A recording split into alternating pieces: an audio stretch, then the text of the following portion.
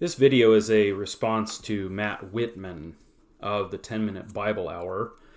Matt was recently on the podcast On the Line with Pastor Brian Stecker. I say recently, it was posted recently, maybe it's been weeks ago or whatever that the episode has been recorded and then later posted. But in any event, Matt is, as people are aware, a man who goes around to other traditions. He's talked to Orthodox priests, Catholic priests, Lutheran pastors. I saw recently he was with a Native American Christian and talking about the art within the church that they were in and so forth. So he's talked to a broad array of people from different Christian traditions. And his aim, I guess, is to get on the inside of these traditions, ask his questions, and give some exposure to various groups, and let them also give explanations of their positions to a broader audience. So it's probably serving some good purpose in terms of dialogue between various traditions and so forth. So Pastor Stecker had him on to discuss, his venture with the 10-Minute Bible Hour and his impression of these various traditions which he has encountered. And at one point, of course, they're talking about confessional Lutheranism. There's a shorter clip that was posted by On the Line titled something like Why Matt Whitman is Enthusiastic or Has Enthusiasm for Confessional Lutheranism. And he had some very, endearing, nice things to say about the Lutheran Church Missouri Synod, confessional Lutheran Christians. But he also made comments like, well, the perception from some on the outside is that Lutherans don't play well with others. And I think that the probably primary reason for this perception is what he touches on toward the end of that clip, which is the matter of closed communion, right? There is this kind of misnomer that, as I've said in many videos in the past, that Protestant or something picks out a church which we are all kind of one big happy family in communion with each other. And I don't mind saying that this isn't true. I don't know why Protestant apologists put on as though this are true. It irritates me to no end to see these debates, which one is the true church, the Orthodox church or the Protestant church. It's a confusion of categories. I've said it 1,000 times. I keep saying it. You can't compare a particular tradition with a broad category that picks out a number of traditions. In any event, I do think there is this misperception amongst the non-Roman Catholic, the non-Orthodox, that we're all Protestant, and so therefore we're all sort of in one big communion together. This was illustrated to me recently. I was at a coffee shop, and a nice woman came up, and she was talking to me. She saw me in my clericals, and she was, explaining this endeavor that she was kind of trying to put on here in North Idaho. I can't remember, it was 10 days to pray or something like that, where a pastor from a particular church puts on a day of prayer for this or that thing within a local community. And we got to talking about it, and I was explaining to her, as a Lutheran pastor, I wouldn't, participate together in a service with a clergyman in a church which I was not in fellowship. And she just gets this look on her face like, what are you even talking about? I thought we were all Christians, which of course, the matter of close communion does not preclude me from believing people who are not Lutherans are Christians, and not just in a colloquial sense like the Orthodox or whatever, and not just for the sake of politeness, but I legitimately think that they're Christians. It's just that there is more to be said respecting the matter of fellowship than just, well, we believe in Jesus, right, and we believe in the Trinity, or whatever other way American evangelicalism has tried to reduce down those dogmas around which we find unity. In any case, that was just an example, an evident example, locally or in my own experience, that when I interact with Christians who are thinking of themselves probably as Protestants, they don't really have a sense of why a particular tradition within this broader umbrella would define its lines of fellowship in a much more particular and, as it's perceived, kind of strict way. And so at a certain point, after kind of reflecting on that, Matt Whitman, again, saying that the perception is we don't play nice with others, he goes on to kind of give his impression of closed communion. And so he says at a certain point, quote, "I think it's wrong for you guys to deny me communion. It's silly." Okay. And then the whole rationale or reason that he gives in order to, I guess, back up this claim or this feeling or this assertion that it's wrong and silly for Matt Whitman to be denied communion at a confessional Lutheran congregation is, in the first place, our misunderstanding, he said, of those outside of our tradition that we label with the term memorialist, respecting the understanding of the Lord's Supper. Okay, so the first reason given as to why it's wrong or silly for us not to commune him is because he thinks we're doing it on false grounds, labeling a position that we ourselves do not understand. And then I think, again, with all due respect to the guy, it actually gets silly because he goes on and says, well, we're all memorialists. Lutherans are memorialists. And he completely equivocates on the term. I think he knows better, right?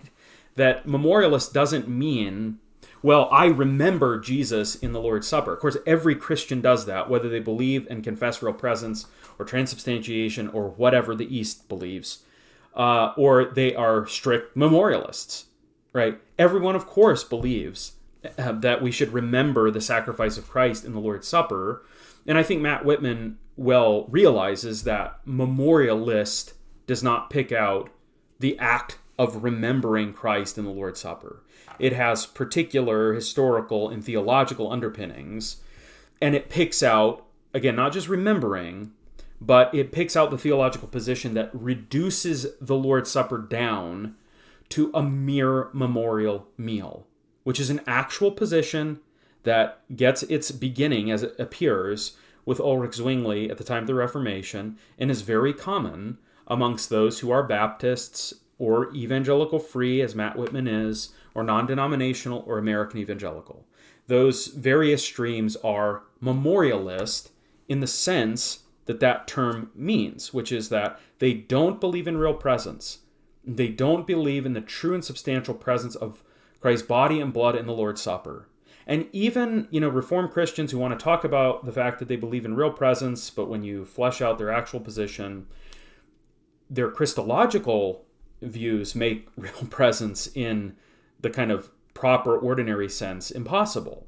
So in any event, I was a little bit annoyed at that objection because it called our position silly, and then the basis for calling our position silly seemed to me to be fundamentally silly. You cannot equivocate on the term memorialist and say, well, we all remember Christ. The second thing to just kind of note here is, even if Matt Whitman believed in real presence in the way that we confess, say in the Formula of Concord in the Augsburg Confession or in the Small Catechism, Small-Called Articles, if he believed in the true and substantial presence of the body and blood of Christ, we still wouldn't commune him. Just as we wouldn't commune Anglicans or Roman Catholics or Eastern Orthodox. At least that's the official position of the Lutheran Church Missouri Synod.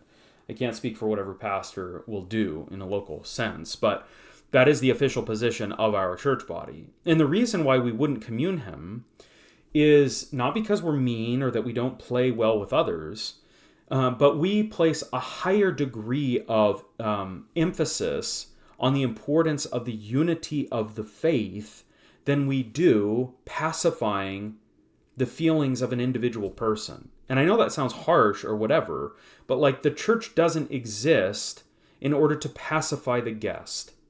And I know that seems to violate, laws of hospitality or something like this, but we have, a hierarchy of concerns.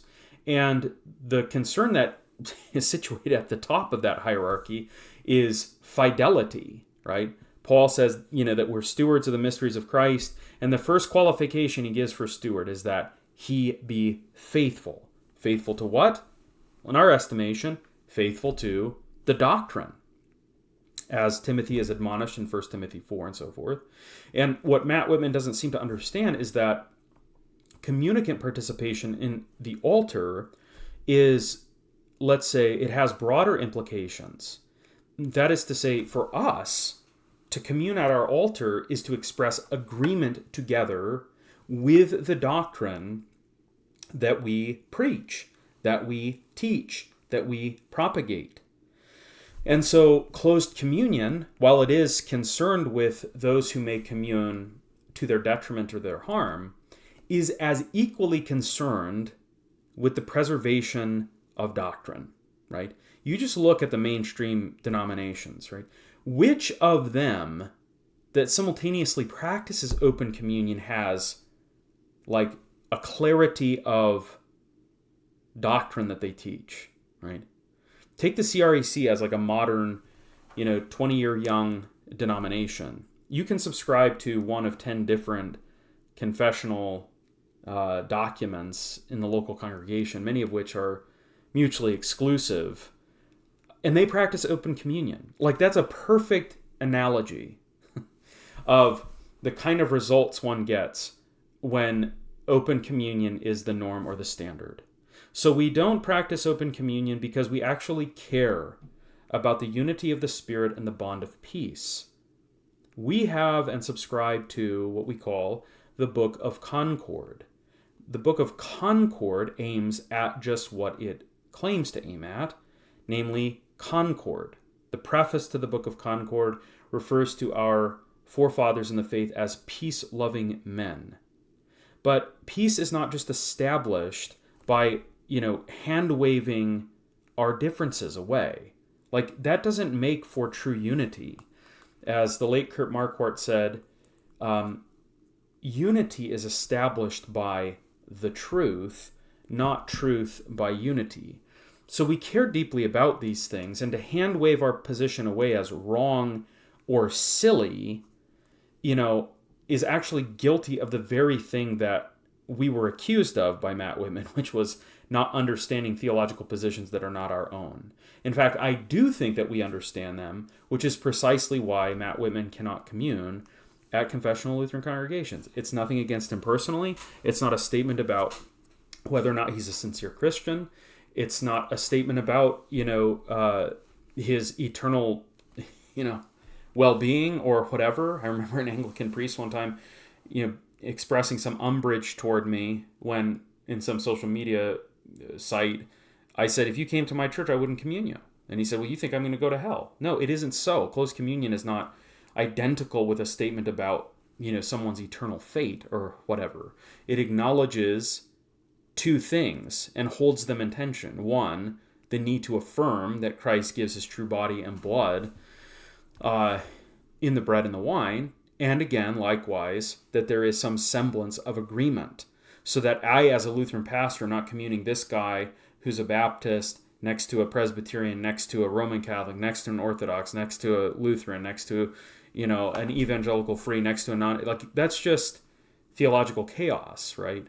And this is why, we need to just be, I think, a little clearer why we practice the things that we practice. You may not like it, Matt Whitman, right? You may still think it's wrong. You may still think it's silly.